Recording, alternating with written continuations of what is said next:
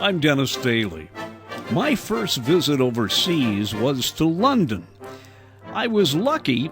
With the help of a friend at the British Information Agency, I got to do a lot of things, including see the Houses of Parliament. And I spent some time with a veteran member of the British Parliament, Michael JOPLING. We talked about America and its relationship with England, and the tourism that goes back and forth. Americans going to London and Scotland, and people from the UK coming to America and Orlando. We do, of course, you mentioned Orlando, we do have an enormous number of British people who go to Florida and particularly to Orlando. My surprise has always been there aren't a great many more people from Europe who visit some of the magnificent places in the United States. I mean, Grand Canyon. Some of the astonishing places. But so far as coming to London is concerned, we are delighted to welcome huge numbers of American tourists here. The numbers who come seem to depend to a certain extent on the exchange rate. And if it's cheap, we get if the exchange rate's very favorable to the dollar, we tend to get a lot. And if it turns against the dollar, they seem to dry up. Of course, I think a lot of people from the United States make a great mistake of thinking that Britain consists of London, Oxford, Cambridge, and Stratford-on-Avon. And what they do tend to miss are some of the wonderful historic places that there are away from those four centres. I happen to come from the north of England, and I happen to represent the English Lake District.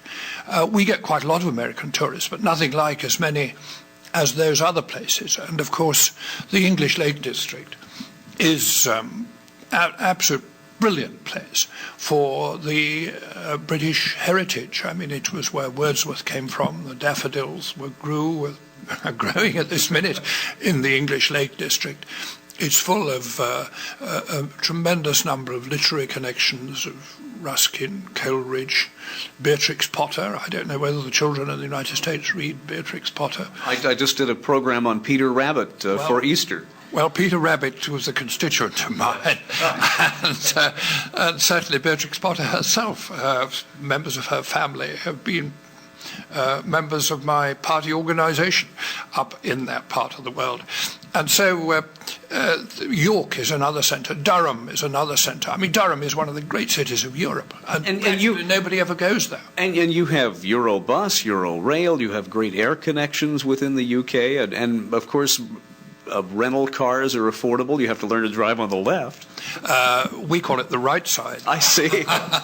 I asked Michael if he could, and I admitted it was a naive question, explain in just a few minutes the big difference between our system of government in the States and the way the British do it. That question sums up the basic difference between the Hill in Washington and the Parliament, because in our Parliament, you can't be a minister, you can't be Prime Minister, you can't be Foreign Minister, unless you are a member of one House or another of Parliament.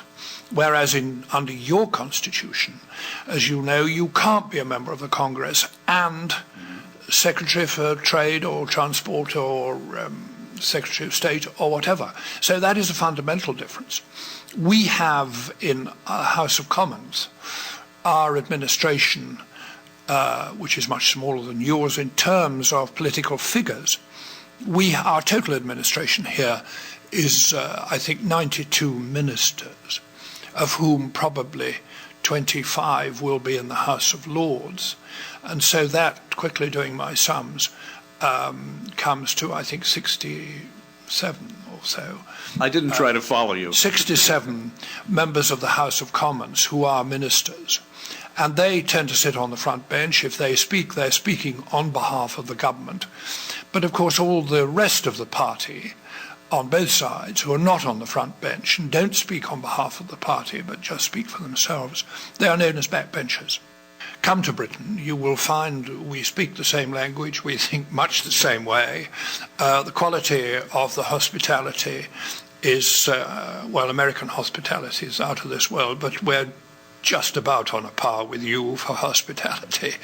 And I think American visitors will find it a very, very compatible place, and they will be eager to see more and more of it. Michael, I want to thank you for taking the time. This is, as I said, my first time overseas, my first time in London, my first time to Parliament. It's a lot of first. I could easily just sit here for a day, I think. There's so many plaques and commemorative statues. It's a marvelous place. It is a wonderful place. I've been a member of the House of Commons for very nearly 32 years now. And I'm not going to stand at the next election because I think I've done enough, and I'd rather retire when people say to me, why are you retiring, rather than hang on and having them say, why haven't you retired already? So you stand for election, we run for election. That's right. That's right. Of course, one of the great advantages I think we have over you is that in my election campaign in my district, I am not permitted to spend more than roughly $15,000 on my whole campaign. And if I do, I'm breaking the law. And also, our campaign only lasts 3 weeks. And when I hear of people in your country who spent 2 years campaigning, who spend maybe I have heard of $20 million in trying to get elected, I think that our system has a good many advantages. Michael, thank you very much. Thank you. Michael Jopling, a longtime member of the British Parliament. I'm Dennis Daly.